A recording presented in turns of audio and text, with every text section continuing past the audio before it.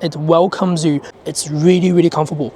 Make sure you turn this off because they're actually really annoying. Hey guys, this is Jerry. Welcome to the channel. In this video, I'll go through a list of things I like and I don't like about the Jaecoo J7. If you found this video helpful, the best way to support the channel is to subscribe and like. Let's get to the list. In this video, I'll leave all the chapters down below for you to skip forward if you like. The first part, of course, being what I like about this car. Second part will be what I don't like about this vehicle. I hope I'm unbiased about this vehicle as much as I can, but do remember all those opinions, all those things I like and I don't like are my personal opinion with this vehicle for a few days. So please be gentle on me if you don't like my opinions, and also please be gentle to Jaecoo if you don't like some certain features on this vehicle. Overall, I think this Jaecoo J7 is a really competitive package for the New Zealand market for the medium-sized SUV.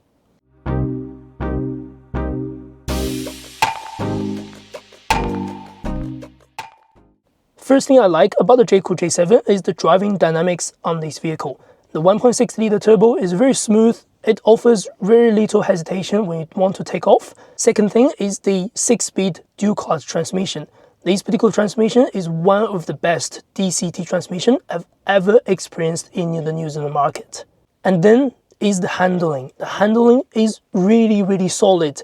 Even on some country windy road, it offers really good balance. It's not wobbly, it's solid, there's barely any understeer when you go around the corners. It feels really good around corners on this vehicle. Second thing is how smooth this flush door handle works. When you get close to the doors without doing anything, that opens up, it welcomes you. And then when you do it at night, you get the pedal lights, you get LED daytime running, and everything is so flash looking when you get inside the vehicle. Next is the wireless Apple CarPlay and Android Auto function on this tablet screen. It's huge, it's taking out the whole display, and it's very easy to operate. Whenever you get inside the car, they connect straight away. So it's fast. It's faster than some of the Bluetooth I've experienced on some other cars. And the good thing about this, because the screen is so large, all my apps are displaying on the top. Not like some smaller screens, I have to swipe to control some things. I don't need to line them up. They're just all there. It's really easy to use. Next is the ambient light. I love how simple all these ambient lights are, where they locate everything. It's not blocking your view, but at the same time, it gives you a very nice atmosphere when you drive the vehicle at night. You can do so many colors. It goes around here, goes around the doors, goes around your centerpiece, underneath, goes around the back as well. They are very satisfying. It's subtle as well at the same time, but it gives you a nice color experience. And they are not overly done at all. Next is the gesture control on the screen, where I've never seen this before on any other cars. If you want to go back home, obviously click home button, click the vehicle, go back, whatever, on many modern cars. On this instance, Jaecoo actually designed some gesture control for you to operate it. Swiping on the left, that's going back. And if you want to go back home, 5 finger, that's home.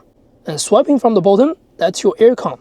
It's really easy. And swiping from the top screen, that's your quick control menu. Swipe from the left screen, that's your notification center. In case you forget any of the gestures, they are all under system and the hand-guided navigation. You can know all these functions available through that particular menu. Next is the beautiful looking rear wiper. You may notice, where is the rear wiper? It's actually hidden underneath. That means when you wipe it, it goes underways, so it's quite fun. Next is the driver's seats. I know it's very minimal for many people, but it's very important for lots of people as well. This has good support, very good base, very good amount of adjustments as well for you to definitely get your position right on this vehicle. For me, it's really comfortable. Another thing I really like is that these headrests, they are nice and soft. Look at how squeegee they are. So that's the good thing I love about the seats. Next thing I like is the dashcam recorder on the higher spec. It's very easy to use. All you need to do, just get a micro SD card, put in the slot, it will start recording based on your settings. Under the settings, you can even include things like driving information, 1080p to 720p, video duration to whatever minutes, and that's quite smart. Next thing I like is about the tone type sound and the volume you can adjust. This is what the indicator sounds right now on the national, so the type. just like that. And if we go to science, there we go, trendy, there we go. That's quite cool. You can actually change that. Well, not many cars can allow you to do that, but it's pretty good to have that. Along with that, you can also change the alarm volume, including the indicator, but also including your alarm like speed sensors, whatever. Can you see the change? That's pretty cool. I love those small design that allows you to change the volume, but not only that, the type is quite nice. When you click, you can also feel the different sound as well. This is what it sounds like on the science.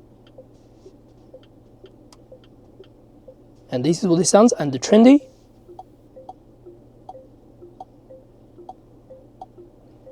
That's cool. Next thing I like is the center storage console. You get a small tissue box over here if you want to use that, storage tray on the top, and a very deep storage over there. Look how deep that is. It's longer than my hands. Not only that, in the center console, you get this particular tunnel, and it's got a rubber liner on there. That means things over there will not bounce around. That is as big as my tripod stand. Another thing I like is the stop motion on this vehicle. Because you get the electronic gear selector and electric handbrake, it's pretty easy when you want to stop the vehicle. When you come to a complete stop, you actually just leave it drive. You don't need to go into park. The easy way to turn it off is to just press and start button. Single tap, that goes to P, handbrake is on, and doors are unlocked, ready to go. Just like that. Next feature I really love about this car is related to the auto stop start. Not about the function, how it works, to be fair. It's about if you switch this off through the swipe down menu, and you can see the orange light comes on the dashboard, that means this function is off. And this off means a permanently off control panel. That means when you switch on the car, it's not going to automatically switch on. You do not need to go through this every day. When I sell other brands of cars on the market, many people complain about this feature. Especially in New Zealand, the traffic lights are fairly short in most places, and then you do not want this feature to just switch on, switch off every 5 seconds or whatever. It's so annoying, and for majority of the market, no one quite like it to be permanently on.